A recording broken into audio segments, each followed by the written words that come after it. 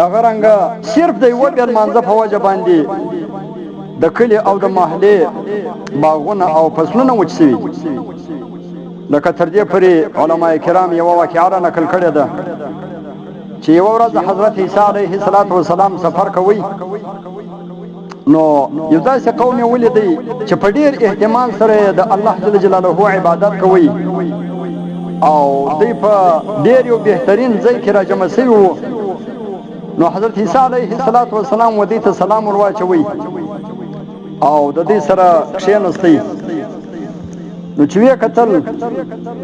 د دوی و مخو ته د خوراک او څښاک بهترین شیان پراته دي او مختلف قسمه میوې ورته پرتې دي او ښایسته کورونه و باغونه او فصلونه وو خیر خو حضرت عیسی علیه السلام د سفر په اراده پر مخ باندې روان ولاړ نو یو څه وخت وروسته حضرت عیسی علیه السلام واپس پر دغه لار باندې راغلی چې ویې کتل دا هر څه هلاک سوي دي خلک هم هلاک سوي دي فصلونه هم هلاک سوي دي باغونه هم هلاک سوي دي ښایسته کورونه چې وو هغه هم هلاک سوي دي برباد سوي دي ټول نړېدلې د سره خراب سوي دي نو حضرت عیسی علیه السلام د دې په دې حالت باندې ډېر تعجب وکړي الله جل جلاله ته وویل چې یا ربي بأي شيء هلكوا أتركوا الصلاة والطاعة اے الله دوی په څه وجه باندې هلاک سوي دي آیا دوی لمونځ او عبادت پرېښی وو لمونځ یې نه کوئ عبادت یې نه کوئ نو الله جل جلاله د وحي په ذریعه باندې و د عیسی علیه السلام ته وفرمایل لا ولكن قد مر عليهم تارك الصلاة وغسل بمائهم وجهه نه دی اطاعت نه دی پرېښی دی زما عبادت نه دی پرېښی دی لمونځ نه دی پرېښی بلکې دې خلکو په خپل لمونځ و عبادت کوي خو پر دې باندې یو بې لمانځه انسان تېرېدی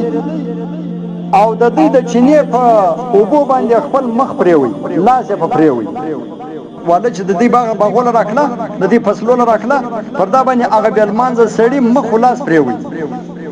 الله تعالی ورته وایي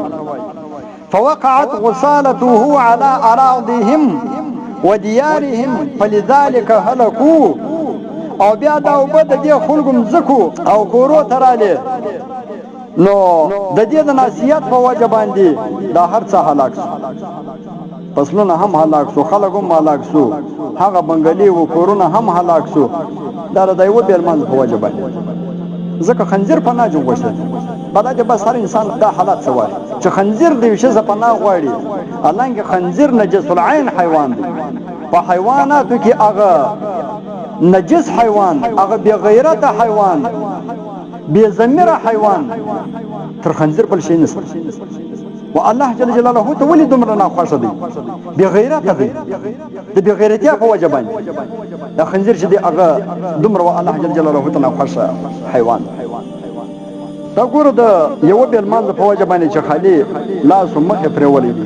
او دا اوبه د دوی پر باغو د دوی پر مکانو او د دوی پر فصلو باندې راغلي دي هغه ټوله هلاک سوي اوس تاسو په خپله سوچ وکئ چې صرف د یوه بې لمانځه په وجه باندې دا دومره تاوانونه پېښ سوي چې مکمله محله هلاک سوې ده نو چې په کوم کور کې یو یا دوه بې لمانځه نو د هغه د نصیحت په دا کور کې کم حالت څه حال وي دا نن سبا چې ګوره دغه رقم فتنې سولې مصیبتونه سولې بې اتفاقۍ سولې مور لور سوله لور مور سوله زوی پلار سو پلار زوی سولو او بې غیرتیا ډېره سوله شیطانتونه ډېر سو هر سړی تر سره پورې په ګناهو کې ډوب دی څه وجه ده ټوله دا بېدیني ده هېڅ نشته وچه بېدیني په بېدینۍ کې بیا خاص کار بې لمانځي عبدالجبار مفتي عبدالجبار خدایا سازاد خادم بچی د هوا ادم خدایا سازاد خادم بچی د هوا ادم